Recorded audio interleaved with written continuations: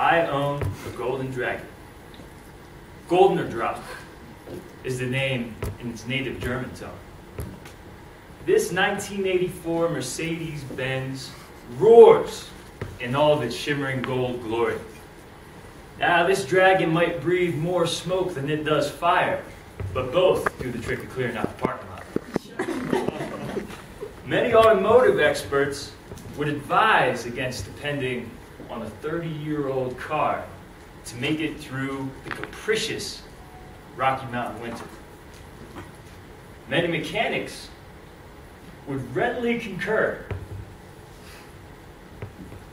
that driving a 30-year-old diesel in the bitter cold Rocky Mountain winter is foolishly pertinacious. And it doesn't take a genius to know that rear-wheel drive and the icy Rocky Mountain winter can make for a head-spinning combination. Let me ask you a question, ladies and gentlemen.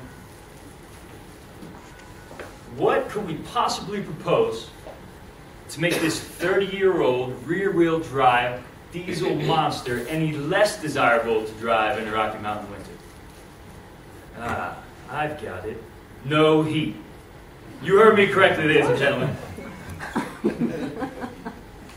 The unruly dragon that we're dealing with is in its 30th year. It's pushed from the rear. It chugs diesel like beer. And when you turn that knob, no heat will appear. So, how do we tame this dragon for winter driving in the Rocky Mountains? Well, that's the secret I'm going to share with you today. Let's tackle issue number one. This car is old. The last place you want to be when the wind chill bumps that effective temperature down to -15 is on the side of the I-70, halfway to DIA with a newly discovered ruptured fuel line. Solution: know your car. Very important. Now, that's not a super tall order for a car of this age, right? After all, there's no mysterious computerization. You have no impenetrable plastic box enclosing your engine. There's no magical sensors that might malfunction. Heck, there's not even any airbags. Cars such as this, when you pop the hood, everything makes pretty much intuitive sense. You see that line heading from the fuel tank up to the fuel filter? Well, that's a fuel line. And that cable, going from the accelerator pedal up to the engine, that's your accelerator cable. Pretty straightforward stuff on an old car. It's important to know the key components and their function and to check for their integrity regularly. Issue number two, diesels don't like the cold. This can be a problem in a cold climate as Denver has in the wintertime. Easy solution: install a block heater. An engine block heater is the heater that you plug in at night when you get home from work. You wake up the next morning, turns right over, your engine's already warm, it's great. But wait a minute, what about when you're leaving work and that car has been shivering in the 0-degree parking lot for 8 hours? 12 hours for me. Well, now you're depending on your 5 glow plugs and the strength of your battery to get that dragon breathing fire. Buy the best battery available. Can't emphasize that enough. I'm talking about largest capacity and most cold cranking amps that your car is rated to handle. So you go to the store and you save $40 by skimping on some of these specs. Well, go ahead and keep that $40 all in ones.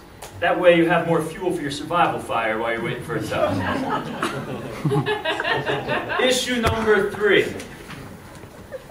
Light trunk plus rear-wheel drive plus icy road, you don't survive. That's the issue here. You have a rear-wheel drive and a light tail. You're swinging around everywhere. That beauty of mine, sitting out in the parking lot, well, she's got junk in the trunk. That's right, that's the solution we're talking about, junk in the trunk. And this isn't just any junk. You're not just going to take your recyclables overflow and throw it in your trunk and think that's going to give you some traction. No, I'm talking about heavy junk. You finish that granite tile job in your house, throw that extra granite tile in there. Graduate school economics books on their Amazon packaging, throw them in there. And any old rear-wheel drive car can always use a very heavy toolkit. Believe me, you're going to need it anyway. Keep that in the trunk. That'll keep the wheels down. And now we come to issue number 4. A heater that produces no heat at all is a glorified fan. This can be bad in the Colorado winter. I have a simple solution for this. Dress for the occasion. What occasion is that, you ask? Why, a ski trip, of course. You're going to wake up bright and early, and you want to start out with a base layer, a breathable base layer. And then maybe you're going to add on a fleece and a parka. And you know what? Let's top it off with a hat and some mittens.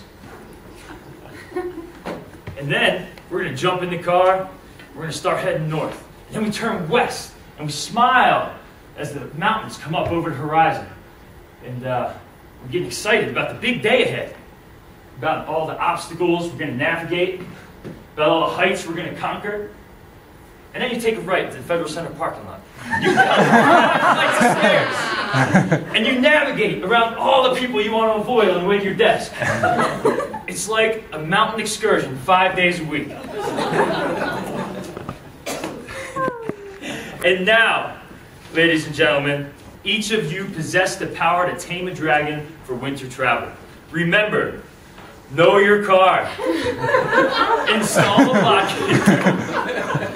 Buy the best battery available. Keep junk in the trunk. And dress for the slopes. So sell that boring Subaru, buy yourself a classic, and live an alpine adventure every day. Madam Clerk.